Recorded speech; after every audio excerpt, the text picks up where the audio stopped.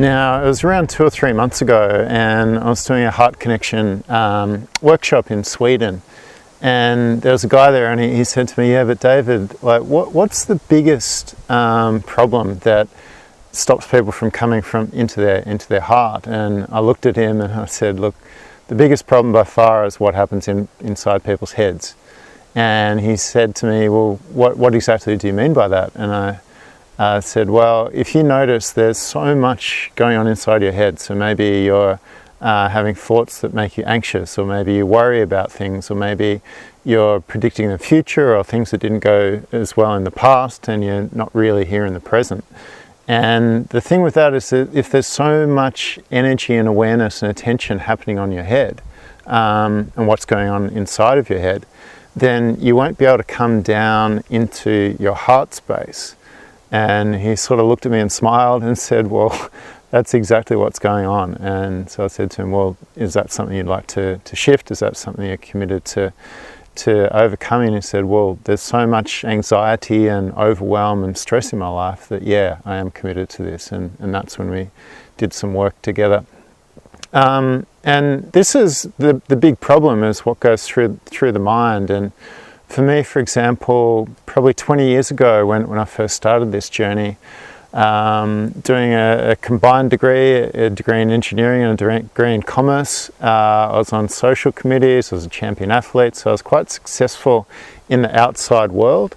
But on the inside, I had so much tension and so much worry and so much anxiety going on that I wasn't really feeling a success. I knew that there was something inside that I had to look at. And what was going on was so much inside my head that it just wouldn't shut off. I'd go to bed at night and I'd be laying there for like hours, like worrying about all of the things. Perhaps you can relate.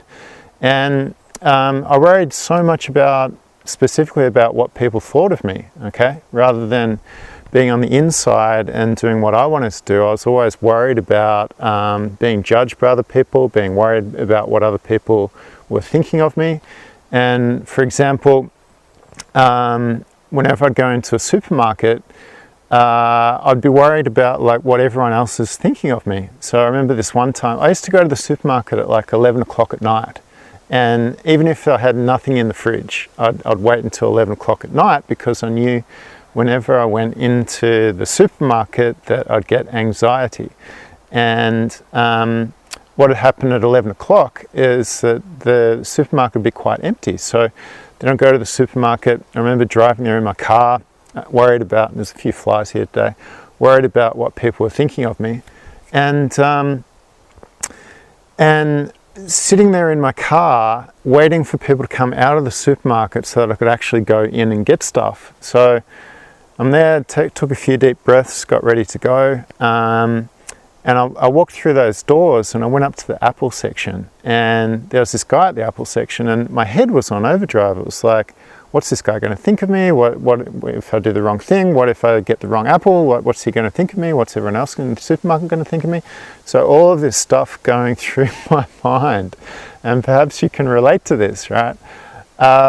So then I remember going to the cash register, and there were these two guys in front of me, and I was like, what are they going to think? Do they think I've got the wrong apples? And then this guy behind me is like, yeah, but what if I put the apples on the conveyor belt the wrong way? And this lady at the checkout, what's she going to think of me? And I remember my heart starting to get like faster, beating faster, and getting sweaty palms and a bit nervous, because I knew that I'd have to make small talk to this lady at the cash register, and I didn't know what to say. And this was how much was going through my mind. And I remember this one time she said to me, "How's it going, as you do in Australia?" And I said, "Yeah, fine." And then like looked away, and then I was beating myself up in my head. Did I say the wrong thing? Does she think I'm like an idiot? Should have I said something better? So all of this constant chatter going through my mind. And it wasn't just in supermarkets. It happened when I was going to meetings, when I went to lecture theatres, when I was with friends. It was this constant thinking going on inside my head. So to cut a long story short, I knew I had to do something about this. I knew that I couldn't go for the rest of my life living in this constant state of anxiety and stress and worry. So instead, I came into the forest, much like this. I'm here in Finland at the moment. My fiance is from Finland. And came into the forest for a full 12 months to sort of try and figure out how to get more peace, because this is the only place I felt a sense of peace and calm. So I was back in Australia, and after a couple of months, what I noticed is that my head slowly started to slow down. And as it slowed down, I felt a lot more peace within my body, a lot more connection within myself, and a lot more clarity as well, tranquility. And I remember I was surfing a lot at the time, and I was sitting on this rock, and in the distance I could see this eagle, and it was nesting season, and this eagle would fly away and get a stick and then come back with a stick and then put it in the nest, and then he'd fly away, get another stick, come back and put this stick in his nest. And I remember sitting there, and it was a couple of hours, and it was just like being with this eagle and just being each moment, like each stick that he took, like I was just with him. And this went on for probably an hour, maybe an hour and a half. And then I remember thinking to myself, wow, I haven't been thinking. My head's actually shut off momentarily. And when that thought came up, then I started to feel tense in my body. I'm like, whoa, maybe there's a connection between tension and worry and anxiety and what goes through my head. So when that thought came up, I was like, no, don't want to think about it. And came back into this space of no mind. And after a while, the eagle, like he flew off, he didn't come back, and I was like getting a bit hungry. So I went to my car in my tent, and there was no food. And I was like, okay, well, now it's time to go and get some food. And immediately my thought was like, oh no, I have to go into the supermarket. And all this tension and worry and anxiety came up inside my body again. And I was like, no, don't think of that, no. And came back into the space of no mind. And immediately all of that dissolved. So in that space, I set myself a challenge. Wow, David, how would it be if you could go into the supermarket and set yourself the challenge, the goal of not thinking, of being in no mind?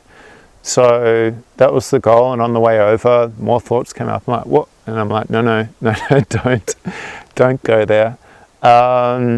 And everything was so clear. And I remember walking up to the double doors, they were like sliding doors, at this little supermarket in a small coastal town in Australia. And as I walked through the doors and I saw everyone, the thought came up, oh, what are they all going to think, And I went, no. And then everything went clear again. All the tension dropped away. And again, I went up to the Apple stand. There was a guy there. And normally I would have thought, oh, what's he going to think if I reach over and grab an apple? But I was like, no, in a space of no mind, and actually looked at him and smiled. And he smiled back, and we had a short conversation, connection. I was like, wow, this is amazing, And then I walked over to get some muesli, and there was a lady standing there, and I had to reach over her, and again, the thought was like, oh, what's she going to think? And I was like, no. And there's a connection with her. And then eventually went to the checkout lady, and normally I'd be thinking, what am I going to say? What should I prepare to say? How's it going to be? All of these sort of thoughts going through my head. And I, no. Stay in this space of no mind. Don't let those thoughts come up. And she looked at me and smiled. And because I could be with her and everything was so clear, I smiled back and said a few words to her. I asked her a question, how's your day? And she's like, yeah, pretty cool. And we had a bit of a conversation there. So there was like connection. And everything was just so clear when the constant busyness of my mind was shut off. And normally I'd like grab the bags and like leave as soon as I could to go back to the car. And that was the initial reaction, because like, I have to get out of here really quick, have to be efficient, have to be fast. But instead I'm like, no, and stayed in the clarity and left the entire supermarket in a space of calm and peace. I went to my car, and it was transformed, And that's why in this workshop I said to this participant, yeah, look, the biggest block that is going to stop you from coming into the peace, the calm and connection of your heart is what happens inside your head. And that's exactly the first thing, number one thing that I deal with when I work with clients is coming into this space of no mind. And there's a particular technique of actually turning the mind off. And when you can do that, the amount of clarity that comes and the amount of instant peace that comes is like night and day. And if that's something that you'd like to explore, there'll be a link somewhere on this page where you can apply to have a chat with me. I'd love to chat with you.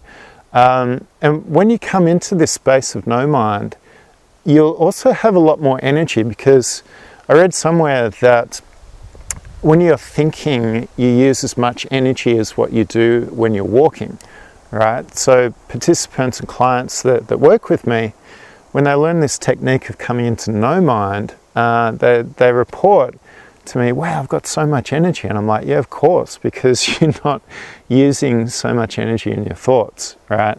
But also joy comes because rather than thinking and trying to pre-plan everything, you're actually in the moment, much like a child. And when you're in that space of no mind, everything becomes clear and becomes joyful again. So if this is something that you'd like to explore, if you're wanting to make that journey from your head to your heart, then apply. All you have to do is like pick a date and a time, and then on the next page will be like a short application form so that I can get to know you. And then we'll get on a call, you and me one-on-one, for about 40-45 minutes, and we'll get super clear on the truth of where it is that you actually are, okay? And we'll get clear on exactly where it is that you want to be, and we'll also look at steps to take you from where you currently are to where you want to be, and see how I can help you on that journey. So make sure to schedule a call, pick a date and a time, and I look forward to talking with you soon.